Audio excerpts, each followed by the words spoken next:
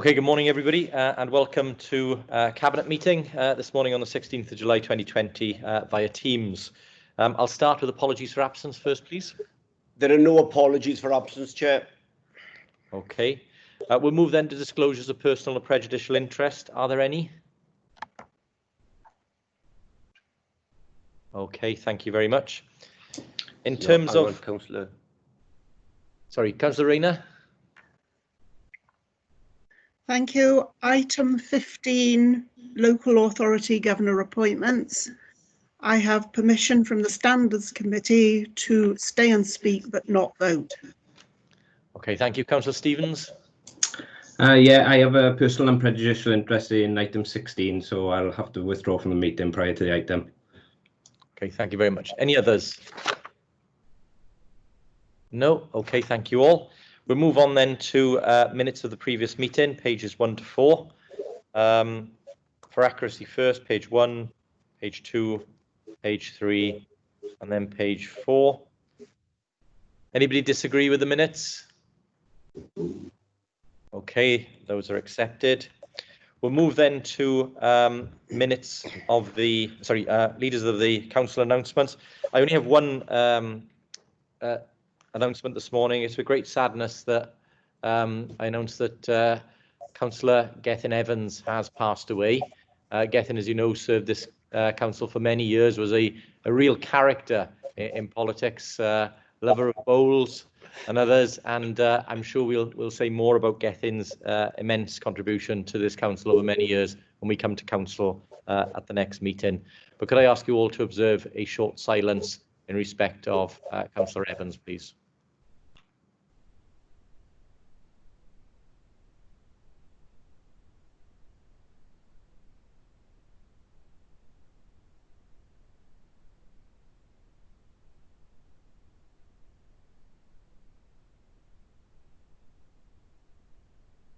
Okay, thank you. We'll move now then to public question time. Are there any? No questions submitted. Okay, thank you. On to councillor question time. Are there any? No, none submitted. Okay, thank you. We'll move then to the revenue outturn and savings tracker 1920. Hand over to who's taking this item, Mr. Smith. Thank you, Chair. The report before you is relatively straightforward and contains what can only be described as good news, and it's unusual for a treasurer to turn up and say good news, but he is for the 1920 outturn. It provides substantial firepower for the council's response to COVID-19 and other spending pressures in 2021. The report sets out in section 1 and reminds you what you set as a council as your budget. Section 2 sets out the detail, and one of the things that I reported all year was a desire to try and bring services back to live within budget and exercise financial discipline. And I'm pleased to advise you that all bar one managed it in full, and the one that missed it was by a whisker. And as a result of some windfall savings, particularly in social care, we did end up in a position that, as a whole, services underspent. The rest of the report sets out that contingency, as was set out all year, remains substantially unspent, and there is also a significant underspend on capital financing in line with the MRP savings and in line with council's policy to roll money into the capital equalisation reserve. Section 3 summarises the lack of use of most of the contingency, which enables you to roll forward substantial sums into 2021. Section 4 sets out the schools position, and I remain in the fortunate position compared to many other treasurers that schools as a whole remain in relatively robust financial health. That's not to recognise that there are pressures in individual schools. Despite my cup runneth over, section 5 makes clear that there are ongoing structural risks, and particularly in relation to the COVID risks and spending that we've had to incur. Section 7 sets out my overall summary and recommendations for you for carrying forward sums into a range of earmarked reserves, primarily an earmarked reserve for social services, a rollover of the contingency sum which enables you to treble it for 2021, which is an obvious response to COVID, and to put a further £7 million into the capital equalisation reserve, which, as you are aware, has been of great use for you to be able to build the field hospital on behalf of partners. So that's all that I need to give you in terms of technical advice, and just draw your attention that I would ask that one of you move the recommendation, which is to note and approve the report. So I'd hand back to you, Chair. Thank you, Mr. Smith. And yes, a very positive picture in terms of outturn, and congratulations go to all of the cabinet members and the lead officers, obviously from the directorates who've helped put us in that position, and of course to you and your team for the excellent work in terms of allowing us to have that accurate picture of council resources. What I would say, of course, Mr. Smith, as you know, I was frustrated earlier in the year with some premature comments at audit and elsewhere, where some had rushed to judge our financial position ahead of us being able to publish the full picture. I hope those individuals who did that unwisely will now perhaps revise their comments in light of the actual outturn report, and I look forward to seeing them in due course and giving them the opportunity to do that. But again, I think we should be very proud of the position here. I think it's helped us prepare for COVID this year. I mean, obviously, some of the money that we now have at our disposal will help us to deal with some of the impacts of COVID. And I note, as you will, that across Wales the picture is not the same, because a number of councils across Wales are coming into this year with an overspend position and a deficit position to start from. So I think very good management of council resources, very good to see the Health Board settling its bills with the council, which again is very welcome. And no, I think as good a position we could have hoped for. So again, thank you very much. Does anybody wish to come in and comment on the report, or any questions to Mr. Smith? Yeah, my hand is up, Leader. Yeah, apologies, Councillor Lloyd. Yeah, just on coming back on your last point, Mr. Smith referenced the position of social care, and I think it's fair to say that it's pretty unprecedented to end the year or outturn annually with that sort of figure. So two things really. Firstly, huge thanks to Mr. Smith and his team and those who work in social services. The recouping of that money from the Health Board, and again, thanks to the Health Board in this, because it's taken a significant amount of time to progress some of these issues. A lot of intensive work. So thanks go to Dave Howes and his team, and Mr. Smith and his team for the excellent work they've done in achieving that. But it more importantly, it puts us in a really good position this year going forward, especially having to deal with the COVID crisis within social care and the ongoing realignment of services to deal with what may come at some point in the future, particularly going into the winter. So thanks to everyone, puts us in a really good position, unprecedented for social care. The important thing now is that we maintain that and keep that financial impetus and management going throughout the coming year. So thanks, Leader. Thank you, Councillor Lloyd. And again, just to be clear, we did report it to scrutiny earlier this week.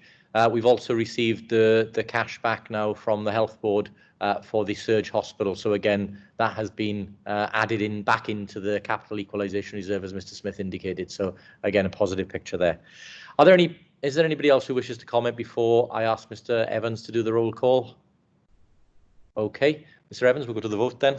Yeah, so please say if you're for, against or abstaining. Councillor Rob Stewart. For. Councillor Robert Francis Davies. For. Councillor David Hopkins. You're on mute, Councillor Hopkins. For. Councillor Elliot King. For. Councillor Andrea Lewis. For. Councillor Clive Lloyd. For. Councillor Alison Pugh. For.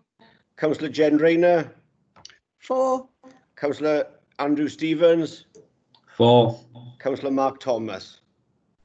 For. That's unanimous, Chair. Okay, thank you all very much for that. We'll move then to the next item 8, which is the revenue outturn 1920 housing revenue account. Again, Mr. Smith. Thank you, Chair. I'll be very, very brief on this one because this is relatively straightforward. My technical advice is that the report indicates a modest overspend on revenue for the HRA.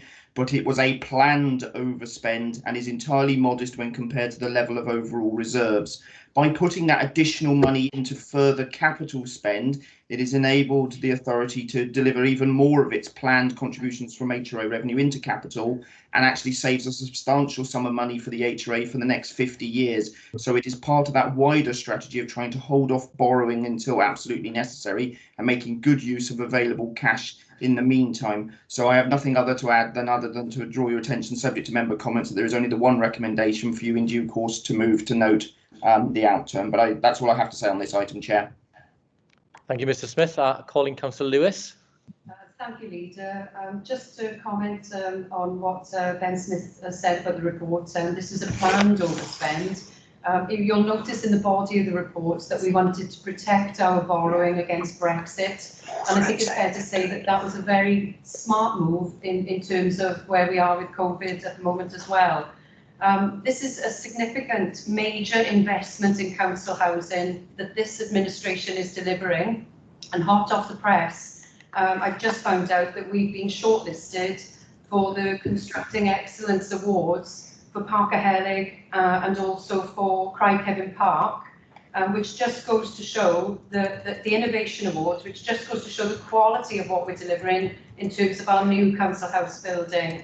So I'm very proud of our record so far, and I look forward to delivering more of the major council housing development programme going forward. Okay, thank you, Councillor Lewis. And again, yes, the record investment that's going in by this administration is in stark contrast to the fact that money was kept in the housing revenue account for many years under the previous administration and not invested in the properties to bring them up to a level of quality that we are now able to provide. So again, a very stark difference between how the previous administration behaved and how we are investing to help our tenants. Thank you for that. Councillor Lewis, did you formally move the report there? Yes, Leader, I formally move. Okay, and I'm happy to formally second. I'll open it out now in terms of anybody who wishes to comment or any questions. Okay, if not, then we'll go to the vote. Mr. Evans. Thank you, Chair. Councillor Rob Stewart. 4. Robert Francis Davis. 4. David Hopkins. 4. Elliot King. 4. Andrew Lewis. 4. Clive Lloyd. 4. Alison Pugh. 4. Jen Rayner. 4. Andrew Stevens. 4. And Mark Thomas. 4. That's unanimous, Chair. Okay, thank you all very much. That's carried. On to item 9 then, which is the capital outturn and finance in 1920. I'll call Mr. Smith in first, please. Mr. Smith. Thank you, Chair. Again, I'll be relatively brief and draw members' attention particularly to section 3, which sets out the financial implications of the report. That summary indicates £125 million of capital spending at outturn and how it was financed. Capital is slightly unusual in that it has to be financed on a cash basis, and is by far the biggest outturn I recall ever reporting to Cabinet. And of course, next year's will be even bigger with the substantial unabated work on phase 1 of Swansea Central. And as you already mentioned, Chair, the field hospital, which we built as capital and now had all of the money back that we've built the health board for. The rest of the report does set out reasons for some significant areas of slippage, and there has been some which has been impacted by COVID, but there are other explanations set out fully in the report from directors. And of course, this is the report that always gives me a degree of pleasure in having an element of underspend because it saves me having to finance it and go out and borrow the money. But equally, because it's done on a cash basis year by year, all of the underspend rolls forward into the following year, and that is why you have one recommendation in front of you, which is to approve carrying forward just under £30 million worth of capital into what, as I said, will be the biggest ever capital programme in the current year. That's all the advice I need to give you on this one, Chair. Thank you, Mr. Smith. And just to add to that, again, as you've referenced, this is the biggest ever capital programme. Given that it has had some slippage, and people will understand that, especially with COVID. Again, it's in stark contrast to what used to happen in this council, where very small capital programmes by comparison were delivered, and the people of Swansea, of course, saw that because nothing happened. And again, we have to be very proud of the fact that we are investing sensibly in our infrastructure, in our services, in our schools, in our housing, and in the public assets that we're creating across the city. And again, when we do that, of course, as Mr. Smith referenced in his previous report, we're setting aside money for future years prudently in order to cover the costs of doing so it doesn't fall then to the taxpayer. So, of course, you know, it probably is disheartening for opposition members to see how it can be done, but I am very proud of the way this administration is delivering on our promises to build a better Swansea, and we will continue to do that as we approach the election in 2022. I'll open it out now. I'll formally move the report. Can I ask for somebody to formally second, please? Second. Thank you. Does anybody else wish to come in and make some comments or have any questions for myself or Mr. Smith on the report? Okay, if not, then we'll go to the vote, please, Mr. Councillor Rob Stewart. 4. Councillor Robert Francis Davis. 4. David Hopkins. 4. Elliot King. 4. Clive Lloyd. 4. Alison Pugh. 4. Jen Rayner. 4. Andrew Stevens. 4. Mark Thomas. 4. Did I miss Andrea Lewis? Apologies. 4. No, that's unanimous again. Sorry. Thank you all very much. That's carried. We'll move to item 10 then, and that's the Welsh Government Transferring Towns Green Infrastructure Project. Councillor Robert Francis Davis. Thank you, Leader.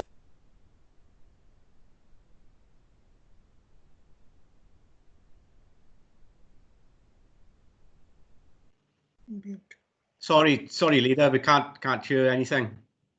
Apologies. Try it again. Do you want to mute us, Hugh? And I have no. Yeah. Robert, do you need to take your microphone off? Yeah. No, it's done. Is that better? Can you hear me now? Yeah. Good. Well, on the 6th of December 2019, Welsh Government issued a call for applications for a £5 million Wales Green Infrastructure Fund. This fund was there to help the Welsh Government target regeneration investment, which we have sort of probably led Wales in the way that we've used this funding in Swansea. Swansea submitted 7 bids in total, totaling £1.124 million. This was approved by the external funding panel. So I'm pleased to say that out of that £5 million, we have been successful on 4 of the schemes, which is a total of £784,804. So I'd like to thank the Economic Development and External Funding team for the work that they put into this regularly. They bring in lots of money. But most importantly, this shows how Swansea is carrying out its policy of having a cleaner, greener city.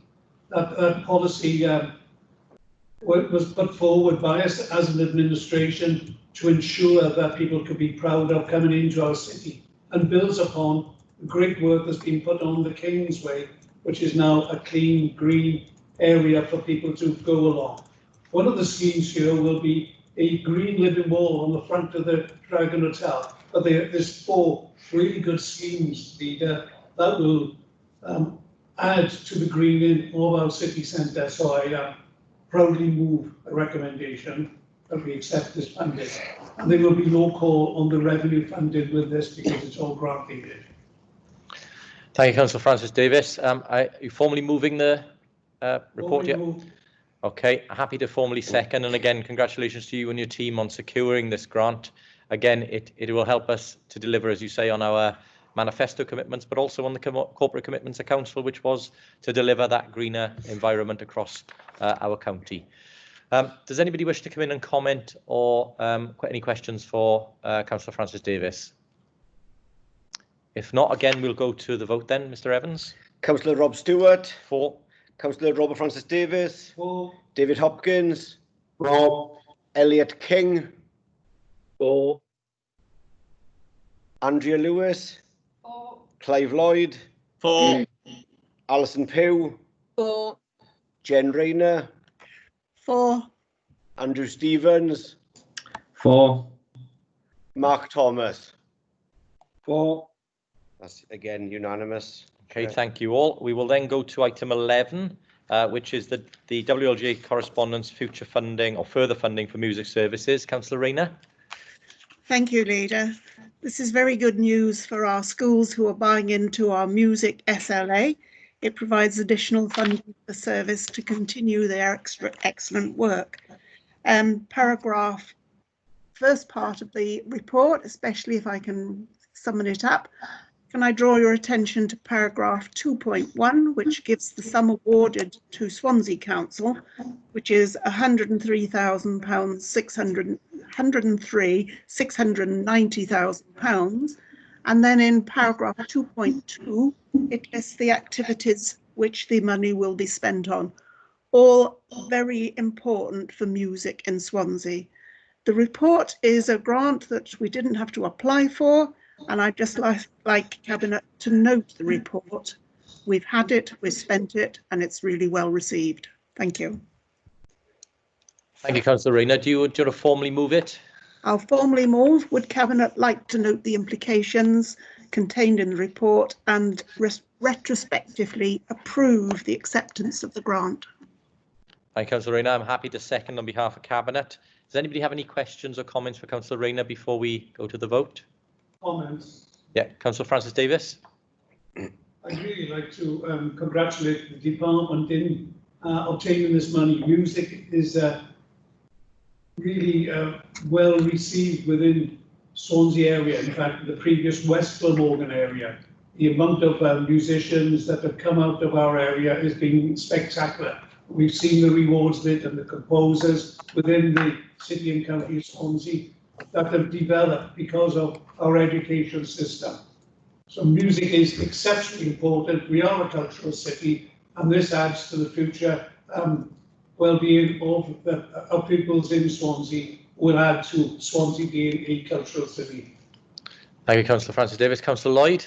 Yeah, very briefly to follow that up, I think this is really good news, but really a much wider much wider significance for the music service as a whole.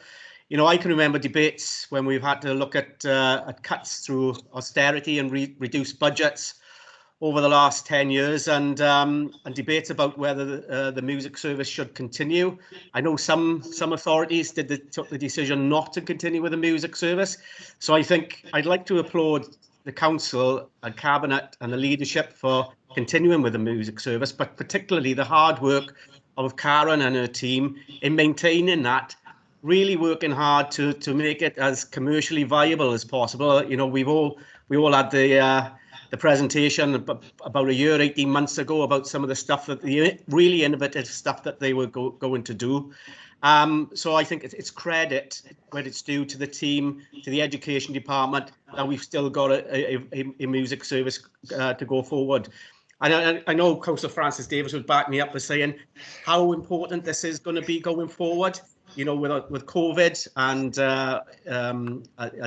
the strains that is going to present, we see every day about how culture is suffering as a result of lack of funding.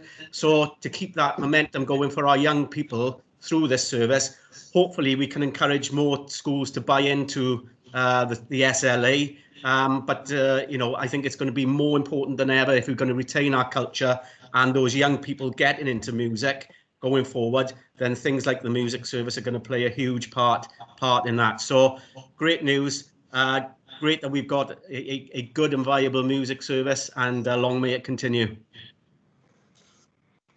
Fully agree with those comments from both cabinet members and from Councillor Rayner when she introduced the report. So thank you for that. It's been moved and seconded for noting. Are you all happy to note? Okay, thank you very much. We'll move on then to item. No, yeah, and retrospective. So we need to go to a roll call. Okay, Mr. Evans. Councillor Rob Stewart. 4. Councillor Robert Francis Davis. 4. Councillor David Hopkins. 4. Councillor Elliot King. 4. Councillor Andrea Lewis. 4. Councillor Clive Lloyd. 4. Councillor Alison Pugh. 4. Councillor Jen Rayner. 4. Councillor Andrew Stevens. 4. Councillor Mark Thomas. 4. That's unanimous. Thank you.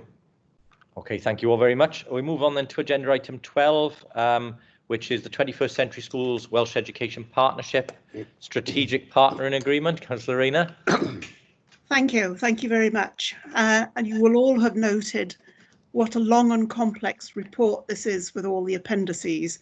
And I think we have to pay due thanks to our officers who have brought this forward in education, from the legal department and also from the Place Directorate. It's a very complicated issue, but I think we've now reached a point where it's been simplified enormously, and I would recommend that we go forward with this. The background is that when the Welsh Government first announced its Band B proposals, the funding was divided into two separate sections. There was the traditional capital, which for all of Wales was £600 million, and an additional funding stream known as the mutual investment model, which is more of a revenue stream. That sum will release an additional £500 million into Wales for us to use in the construction of schools. The report, although complicated, has been simplified as the process of developing the scheme has been taken along by the Welsh Government and local authorities. We're now clear what projects will be accepted into the MIM proposals and what are excluded, and the arrangements for takeover at the end of a 24-year period. The report also highlights one of the benefits of the mutual investment model in Wales, and that is the built-in community benefits. This is not PFI as has been operating in England and Scotland. So, as I say, this will provide Swansea Council with an opportunity to start accessing part of this additional £500 million. The Welsh Government will be announcing its preferred bidder towards the end of September. This report makes no recommendations on any specific site or school building, but it does enable us to actually get round the table and be part of that group that will make the decisions. I'm happy to take questions on this, but I think you'll appreciate it's a really full and detailed report, which really dots the I's and crosses the T's, and we can accept this considerably in a mood where we're really convinced that our officers have looked at the best interests of Swansea in taking forward the development of the plan. And if you can, I can refer you to the recommendations, which are divided up into a number of items for clarity. We have the outcome of the preferred bidder stage for the competitive dialogue procedure, the approval of the strategic partnering arrangements, which are described in more detail in Annex F. Number 3 gives delegated authority to the Director of Education after consultation with both the Director of Place and the Chief Legal Officer to to approve the final terms of any strategic partnering agreement, and B, to approve any further deeds and documents which are ancillary to the strategic partnering agreement. And 4, most important of all, I think at this stage, approves the appointment of the Director of Place as participant representative to sit on the Strategic Partnering Board. And 5, notes that in agreeing to the Strategic Partnering Agreement, it is not being asked, Cabinet is not being asked to decide to proceed with any Pathfinder project, and that nothing within the Strategic Partnering Agreement commits Council to make any further commitment. Any decision to proceed with a Pathfinder project, or indeed any new MIM project, will be reported to Cabinet for your decision. Happy to move the report and happy to answer any further questions. Thank you, Councillor Rayner. And I think it was important that you drew those detailed points within the recommendations in terms of delegations and future Cabinet decisions. And again, I'm very happy to second. In terms of this, again, I congratulate you and the team in terms of bringing this forward. I think it's important that we do have that seat on that board so we can inform the decisions made around the MIM programme, which is an innovative way of achieving greater builds across Wales.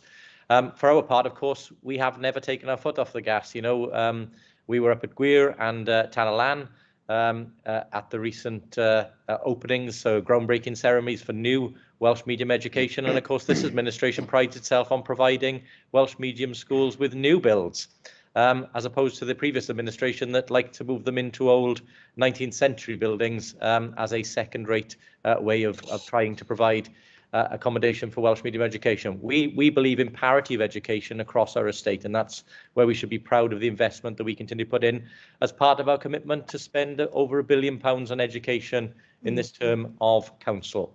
So again, delivering on our building a better Swansea through new builds and better facilities for our children in our schools. Councillor Rayner, do you want to come back in? Thank you very much for those kind words. I'm sure everyone in the council, because building schools is not just an education activity, it requires support across the entire council.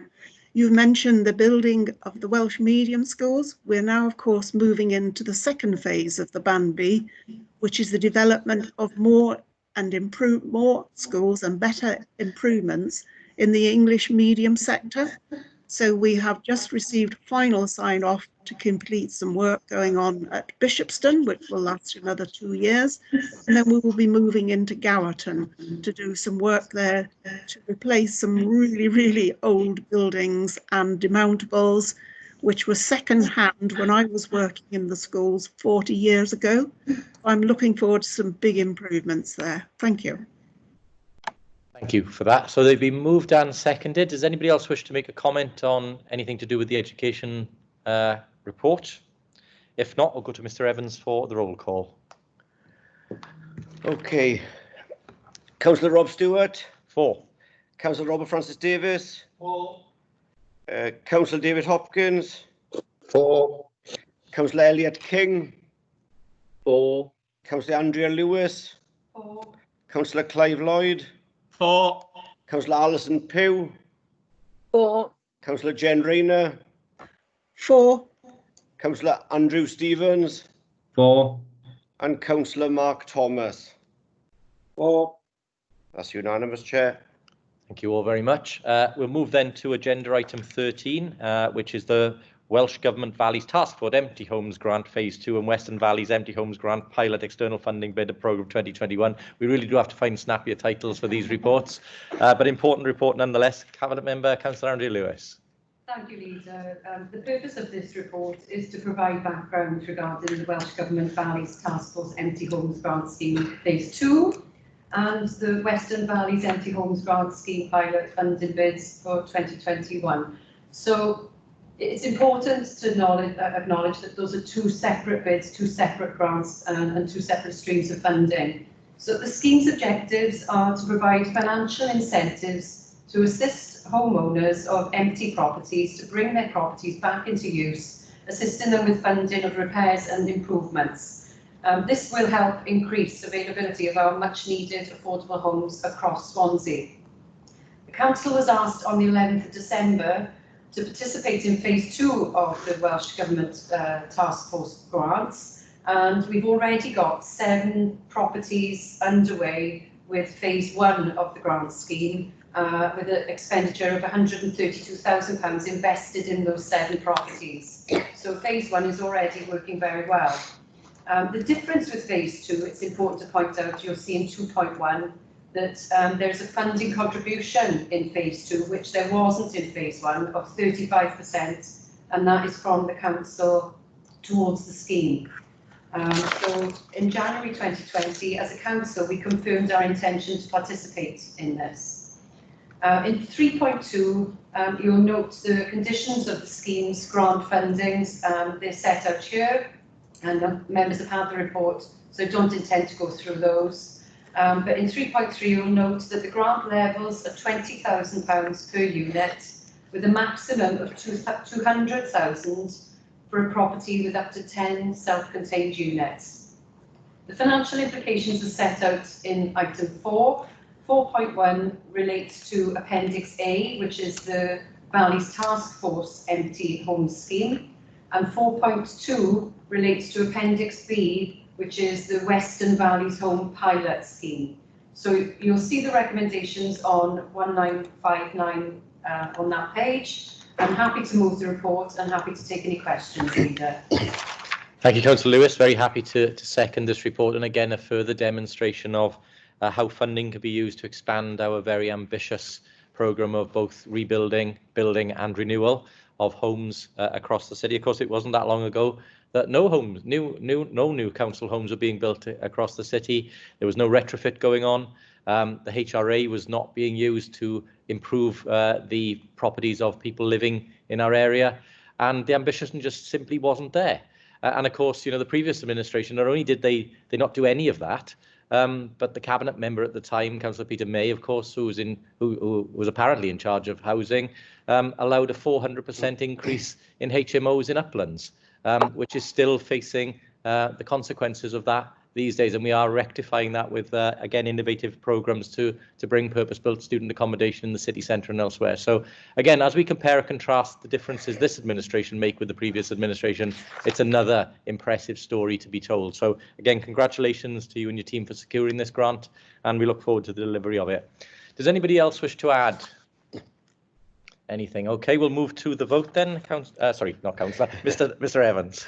Yeah, wishful thinking. Councillor Rob Stewart. For. Robert Francis Davis. For. David Hopkins. For. Elliot King. For. Andrea Lewis. For. Clive Lloyd. For. Alison Pugh. For. Jen Rayner. For. Andrew Stevens. For. Mark Thomas. For. That's unanimous, Chair. Thank you very much. We move now to the Finance Report, Local Transport Fund and Local Transport Network Grant Fund 2021. Councillor Thomas.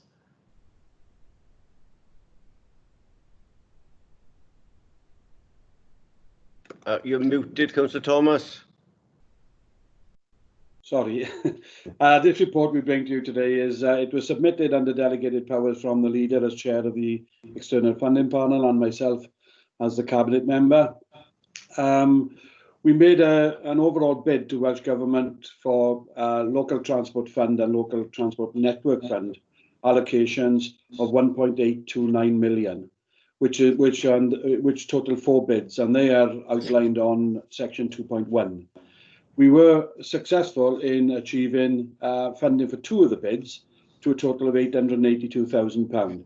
And those 2 bids are to help secure us and to continue the work that's already been undergoing on strategic transport links and networks. In particular, the South Wales Metro, which is outlined there on 3.2, and that is continue the work that we've been working on a regional basis under the city deal. This is imperative to having a regional transport solution that ties in and works with, in hand with the city deal. This funding has already, as I said, work has already started on it, and it is continue looking at ways of having a regional response to the growth through the city deal throughout the region. The second item that we had funding for was to continue the work again that had started last year and the South Wales Metro scheme, and that's to develop transport hubs effectively on our major routes throughout Swansea. So we're pleased with the award of this grant funding from Welsh Government and looking for cabinet support so that we can go on and allocate this to capital spend. Thank you, Chair. Okay, thank you, Councillor Thomas. You formally moving the report? Yes, I'll formally move the report, yeah. Thank you very much. Happy to formally second. And again, another positive story, because again, transport is a hugely important part of making sure that the economy of the region works really well. That's going to be even more important as we come out of the COVID response. And obviously, yourself, together with myself and others, have been pushing both governments to help us progress the South Wales Metro proposals, and we expect a further announcement on that in due course. So thank you for that. I'll open it up then for questions or comments from any cabinet members. If not, then I'll go to Mr. Evans again for the roll call. Councillor Rob Stewart. For. Councillor Robert Francis Davis. For. David Hopkins. For. Elliot King. For. Andrea Lewis. For. Clive Lloyd. For. Alison Pugh. For. Jen Rayner. Councillor Rayner. Are you muted? For. Thank you. Councillor Andrew Stevens. 4. And Councillor Mark Thomas. 4. Thank you very much. Unanimous. Again, thank you. That's carried. We'll move on then to item 15, which is the local authority governor appointments. Councillor Rayner. Thank you. Another report I always enjoy bringing to Cabinet because it shows the interest of our councillors and members of the public in our schools.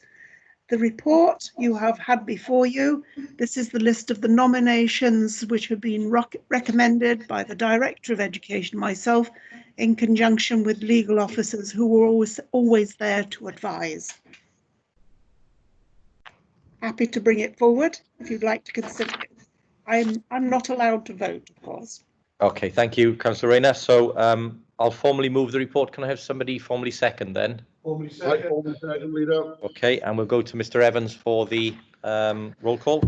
Councillor Rob Stewart. 4. Robert Francis Davis. 4. David Hopkins. 4. Elliot King. 4. Andrea Lewis. 4. Clive Lloyd. 4. Alison Pugh. 4. Andrew Stevens. 4. Mark Thomas. Councillor Mark Thomas. There you are. That's unanimous, all 9 for. Thank you very much. We move then to agenda item 16 now, which is the impact of COVID-19, the recommendation for treatment of rents at Swansea Market. Councillor Francis Davis. Thank you, Leader. Swansea Market, as you know, last year was Britain's favourite indoor market, and we have 102 traders working out of Swansea Market. When it came as a closure, we as a council who own Swansea Market decided that we wouldn't charge rents in the market during that closure so that we could show support to those traders within Swansea to make sure that those businesses are sustainable through COVID-19. When the First Minister announced on the 19th of June that it could reopen, we reopened on the 20th. And I'd like to thank Nick Jones, the chairman of the Market Federation of Swansea Market, who worked closely with our city centre manager, Lisa Wells, to enable to get together and all officers of the council from Highways, Environmental Health, to make sure that a system was put in place so that the people working within the market and the visitors to the market could shop in Swansea Market safely. I'd also like to congratulate some of the traders, the local traders, that worked tirelessly through lockdown to ensure that people in their homes were still being supplied with fresh fruit and vegetables, etc.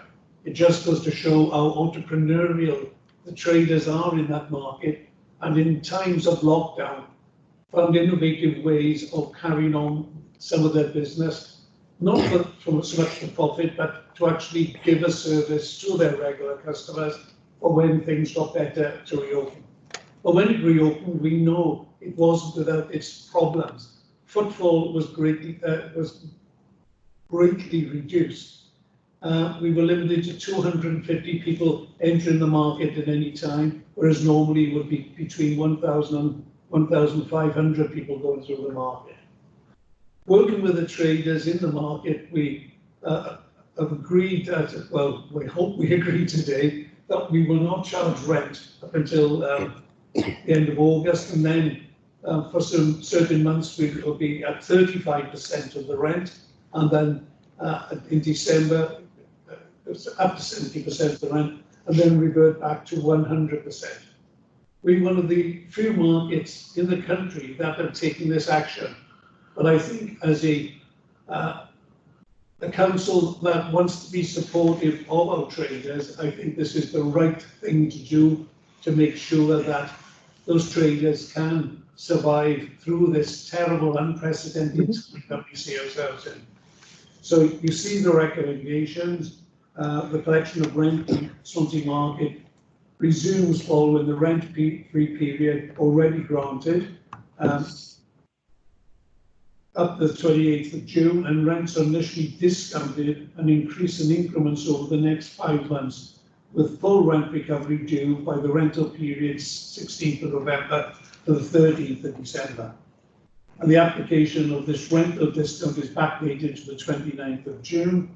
And for special cases, rents continue to be waived in full as a short-term measure. These are the people who are shielded and cannot man their stalls. So I so move. Peter. Thank you, Councillor Francis Davis. I'm very happy to second that report. And again, congratulations in terms of pulling this deal together and for the work that was done. And again, my thanks also go to our finance officers who, of course, have worked to make sure that we can provide this support in. And of course, this report comes on top of what we've done for businesses across Swansea.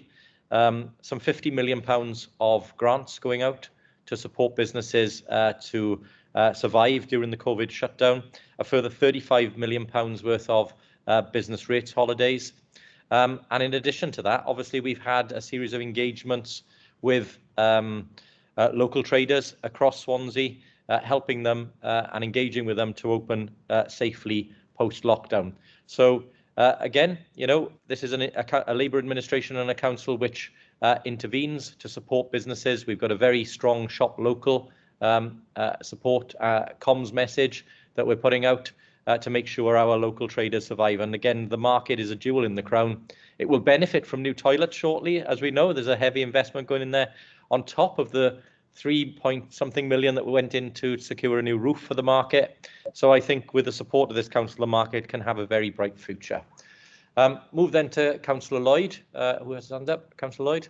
Yeah, just to back up what both the leader and Councillor Francis Davis has said, I think this is a really good, supportive, balanced approach to supporting what is, you know, we talk about anchors within the city centre, don't we? And I know the leader and chief executive have had discussions and announced support for Debenhams as a key anchor, but I see the market as an anchor as well in many respects, in many different ways. And you know, to lose traders and that facility would have a huge impact for the city centre. So I know that I took advantage of the deliveries during the coronavirus crisis, and I'm really pleased that I was able to go back there last week.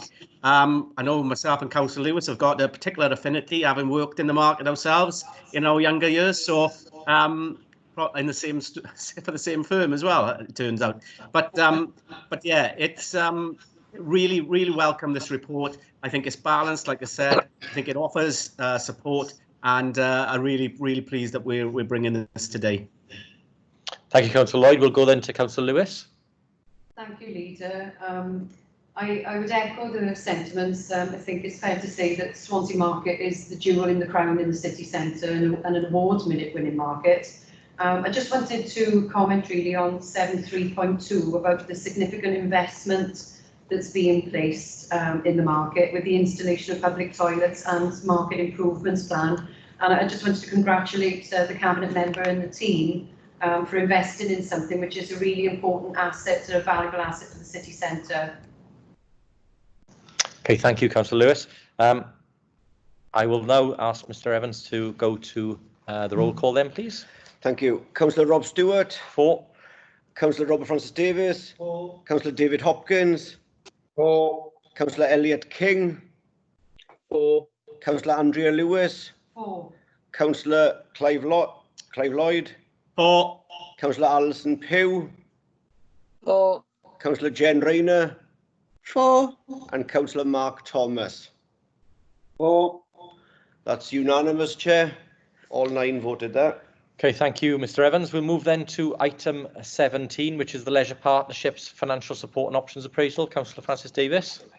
Yeah, this is quite a complex report. Good luck to all those who understood it fully going through it. I'd like to thank Ben Smith and his team. We are so lucky to have such a good financial officer who will work with departments and works tirelessly, I know. I'd also like to thank Tracy McNulty and in particular Jamie Rubridge, who have worked with a Treasurer's section to ensure that this report was put together.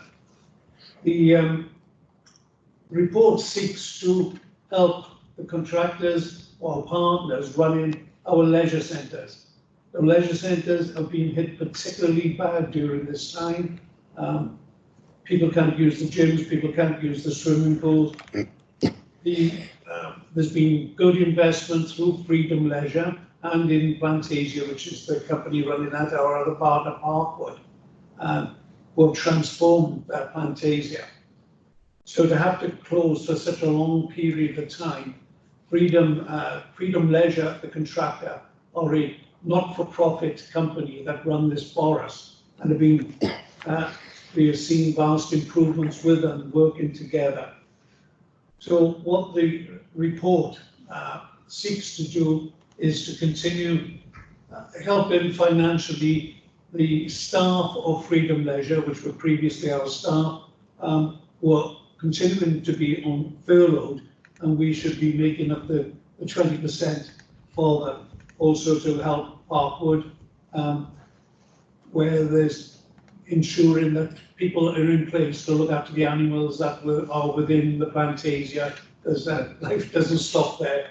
It's not just the close down, but we got to make sure that we keep those animals under our zoo license healthy and the well-being of them.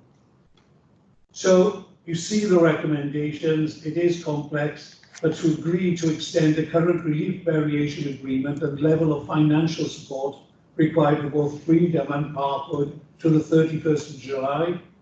That's anticipating a 4-month closure from April to July, noting that the level of support for the 4-month period is likely to be a total of £800,000.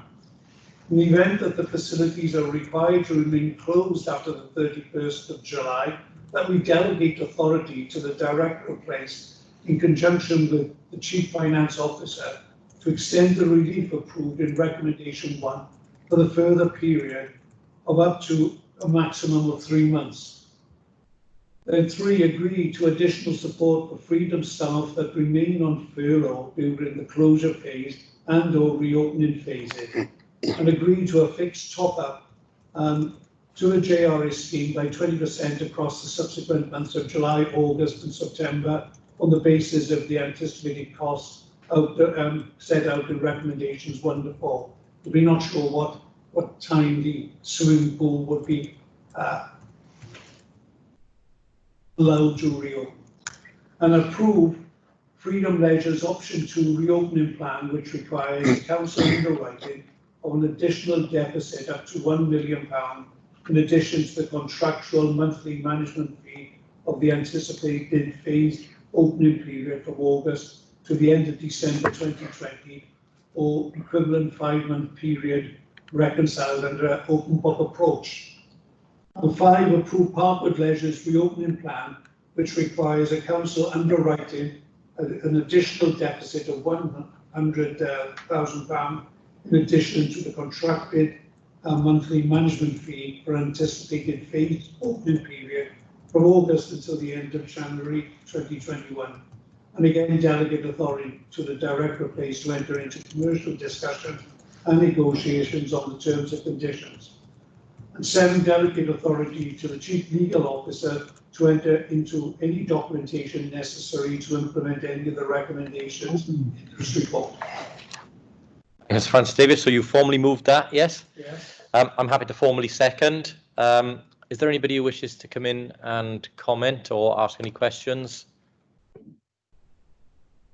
No, I would just say, I mean, obviously, this follows on from the actions we're taking on the market. And again, it's a very, very welcome move to support not only our partners to make sure our leisure centres are available to our public once the COVID crisis allows that, and that we have a good network of leisure centres, high quality facilities that people can use once the COVID crisis is over. So very, very pleased to see this report here today. I'll go to Mr. Evans then for the roll call. Councillor Robert Stewart. 4. Robert Francis Davis. 4. David Hopkins. 4. Elliot King. 4. Andrea Lewis. 4.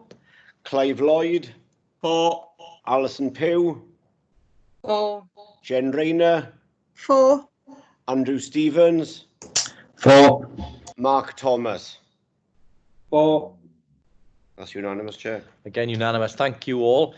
Before we close the meeting, I mean, I guess I just wanted to highlight the fact that, you know, it's been a very packed agenda today that we've been through.